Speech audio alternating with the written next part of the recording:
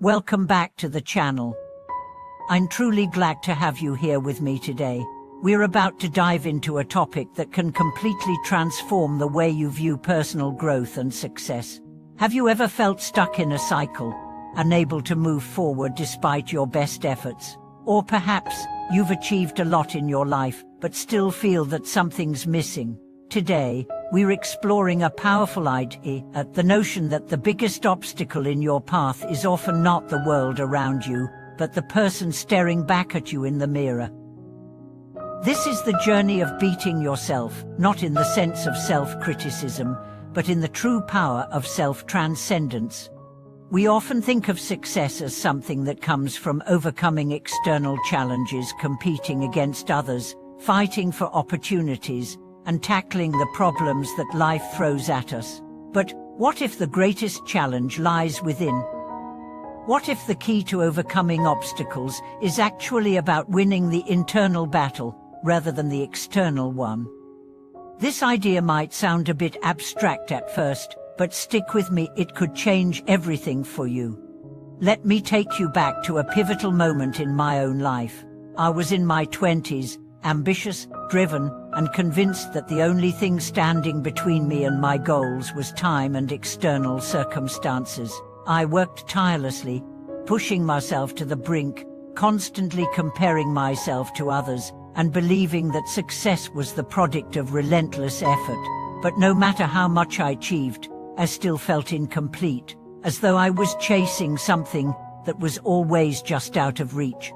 It wasn't until a mentor said something that struck me to my core: the only person you need to beat is yourself.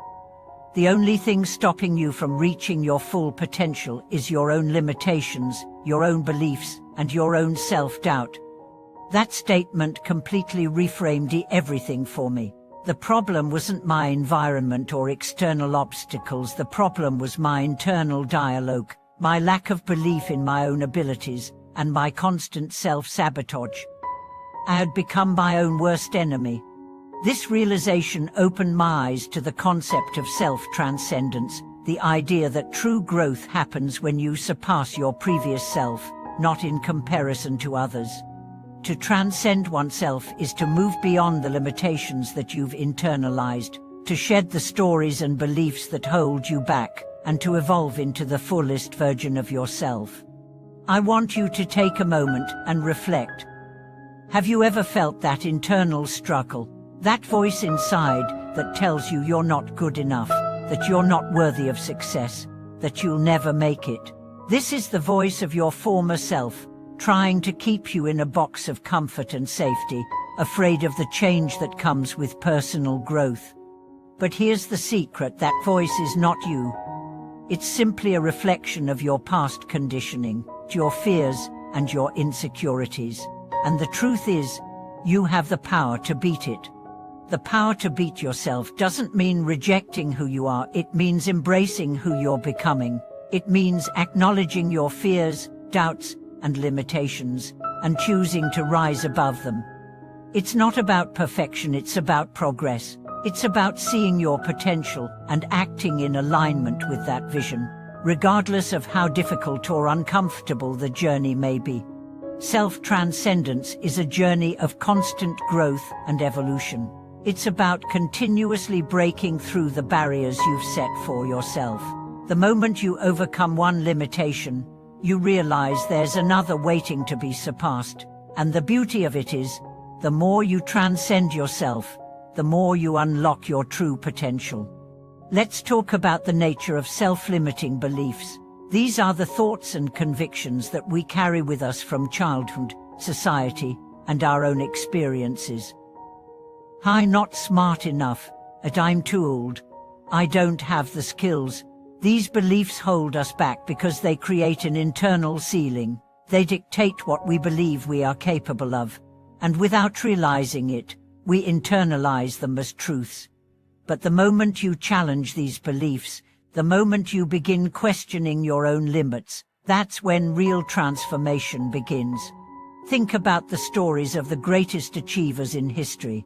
Many of them faced intense personal struggles, were told they weren't good enough, or doubted themselves every step of the way. But what separated them from others was their ability to transcend those fears and doubts. They didn't let their past define their future. They broke free from the chains of their own making and embraced the possibility of who they could become.